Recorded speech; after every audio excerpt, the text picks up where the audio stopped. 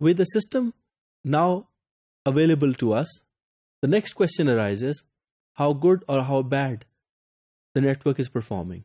For that, we need to look at the network performance. In this module, we shall see how to define network performance. And can network performance be seen or broken down into its constituents? Network performance is actually a way of looking at the overall network in terms of an end-to-end metric.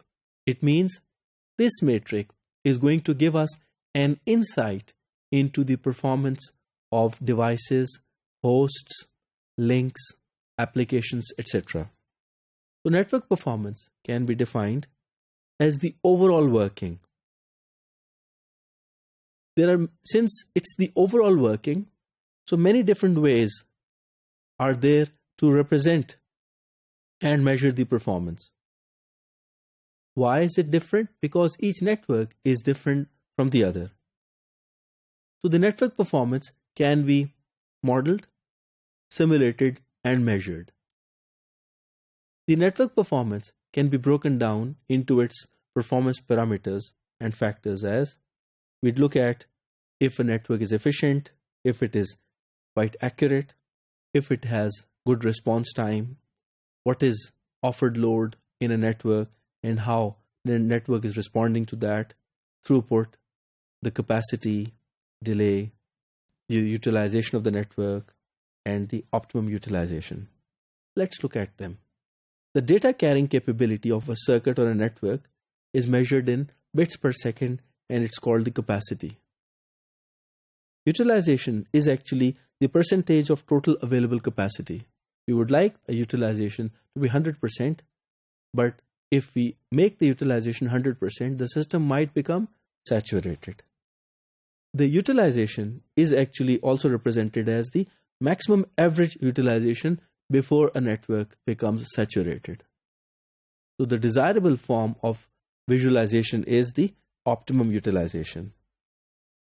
Throughput is actually the quantity of error-free data which is successfully transmitted between the nodes. It is represented in terms of bits per second.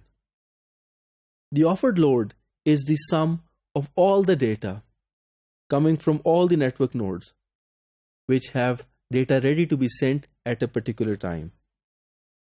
Accuracy is defined as the amount of useful traffic that is correctly transmitted relative to the total traffic.